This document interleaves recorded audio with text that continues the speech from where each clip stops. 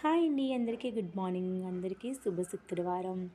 ఈరోజు ఎర్లీ మార్నింగే లేచి పూజ కంప్లీట్ చేసుకున్నాను. చాలా బాగా అనిపించింది. ఎప్పుడు చెప్తాను కదా, ఎర్లీగా పూజ చేసుకుంటే మనసు ప్రశాంతంగా అనిపిస్తుంది. ఈరోజు అయితే నా దగ్గర ఉన్న వాటితోనే అంటే చిప్స్ అనేది పెట్టానన్నమాట. పూజ చేసుకున్నాను. ఫ్రైడే కదా, ఇంకా ఈరోజు అయితే లంచ్లోకి పాలకూర పప్పు అయితే చేస్తున్నాను. ఇలాగా వారంలో ఆకుకూరలు తింటే చాలా మంచిది మనకి. అందులోనూ పాలకూర ఇంకా మంచిది. ఐరన్, విటమిన్ అన్నీ ఉంటుంది కదా, అందుకని చెప్పేసి ఇంకా మా విఘ్ను కోసం కూడా పాలకూర పప్పు అయితే ప్రిపేర్ చేస్తున్నాను. ఈరోజు తనకి హాలిడే. ఇంకోటి ఏంటంటే, పాలకూర పప్పు చేస్తున్నప్పుడు పాలకూర కాంబినేషన్గా టమాటా అనేది వేయకూడదని అంటారు. అంటే ఎక్కువగా మనం వండుకుంటున్నప్పుడు అయితే ఇలా వేసుకోకూడదు. అప్పుడప్పుడైతే ఏం పర్వాలేదని నా ఉద్దేశం. అందుకే 2 టమాటాలు కట్ చేసి వేసాననమాట.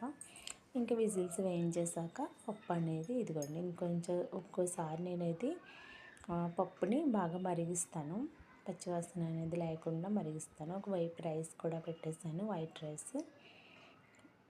ఈరోజు ఇంకా ఆలూ ఫ్రై అనమాట. దీనికి కాంబినేషన్గా ఆలూ ఫ్రై అనేది చేస్తున్నాను. చాలా బాగుంటుంది.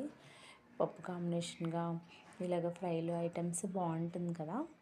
ఎందుకంటే ఆలూ ఫ్రై అయితే చేశాను. లైట్గా కారం వేసాను. అంటే మా వాడు చిన్నవాడు కదా, అందుకని వాడి కోసం లైట్గా వేసాను కారం. ఇంకా అప్పడాలు కూడా ఉన్నాయి, అవి కూడా ఫ్రై చేస్తాను. పప్పుతో ఆవకాయ పచ్చడి, ఇంకా ఇలా ఫ్రై, ఇంకా అప్పడాలు చాలా బాగుంటుంది కదా కాంబినేషన్. అయితే ఇదిగండి అప్పడాలు అయితే తీసుకొచ్చాము. ఇంకా లంచ్ అయితే ఇది.